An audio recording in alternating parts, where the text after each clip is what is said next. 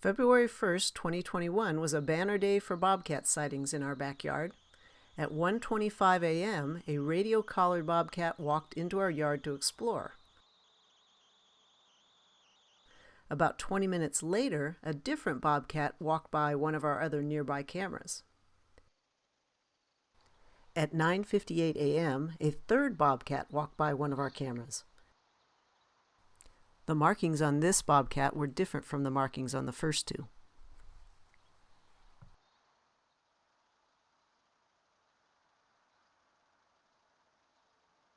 After sniffing around, she decided to lounge for a bit. There must have been pheromones in the air, and this kitty appeared to be the one sending out the signals because a fourth bobcat showed up. This fourth bobcat was bigger than any of the others that we've been seeing, and he had a nice big mane. All of this action was captured in the morning by our automatic critter cameras. At 2 p.m. that same day, we heard crows and squirrels making a lot of noise, and we discovered these same two bobcats down in the lower part of our yard. Apparently, this male had been courting the female all morning.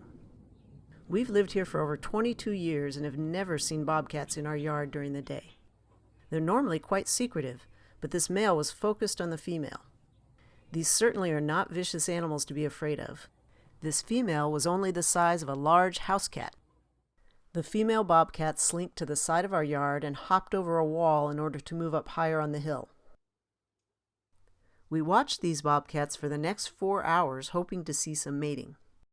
They made themselves comfortable up on the hill above our house, and they spent most of this time resting and exchanging glances. The male immediately perked up any time the female moved. To give you a sense of what we saw during the 4 hours that we watched these bobcats, I've edited together a few of my video shots. To spare you the tedium of watching too many long sequences, I've increased the speed of many of the clips. We never saw any strong aggression on the part of the male, but he definitely did not want the female to walk away. Anytime the female tried to leave, the male positioned himself in her pathway.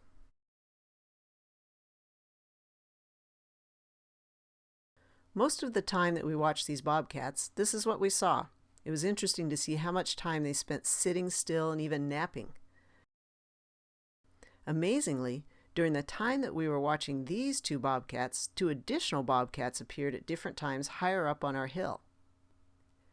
We never got to see any mating, but if they did mate successfully, the female could give birth to kittens this spring. The gestation period for bobcats is 60 to 70 days, and they usually have 2 to 4 kittens. The mom will keep her kittens in a series of dens for about 3 months until they're old enough to start following her as she hunts and goes about her day. If we're lucky, we might get some kittens showing up on our critter cameras this summer.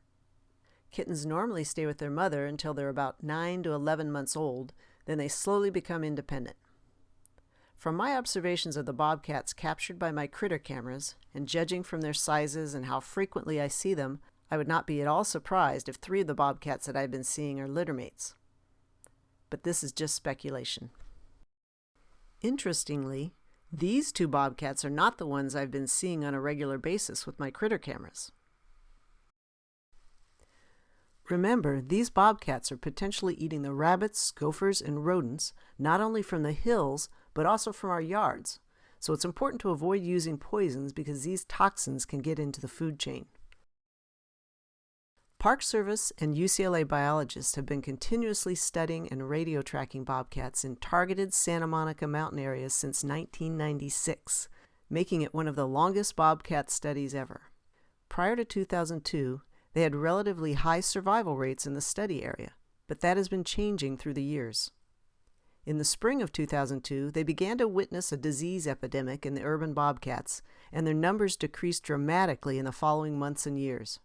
Animals were dying with severe infections of mange, a disease caused by microscopic mites in the skin.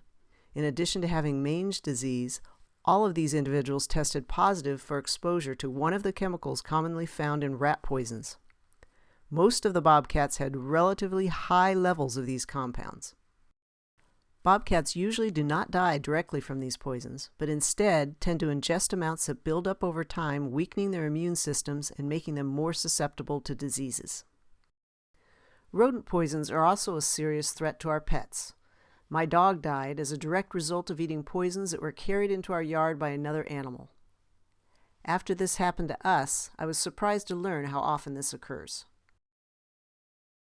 Based on long-term study of bobcats since 1996, the Santa Monica Mountain males require about 3 square miles of space for their territories, and the females need about 1.5 square miles.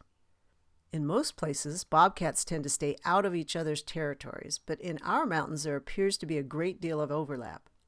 This is certainly what I've seen with my critter cameras. By examining the distinctive markings on the bobcats that have walked by my cameras, I've been able to identify at least 5 different bobcats. We were so focused on watching the interactions of these 2 bobcats on the upper part of our hill that we didn't even notice as an additional bobcat walked along the hill a short distance below them. My critter cameras captured videos of this additional bobcat, but I did not even discover this video footage until later. The timestamp on the critter camera footage confirms when the additional bobcat walked by.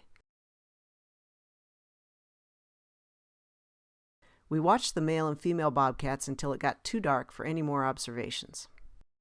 Many times during the afternoon we could see that the male was calling to the female, but unfortunately our cameras could not pick up the sounds. Later that evening, we got additional critter cam videos of a bobcat walking by. I'm not sure which of our many bobcats this one was, but this was certainly the best bobcat viewing day that we have ever experienced.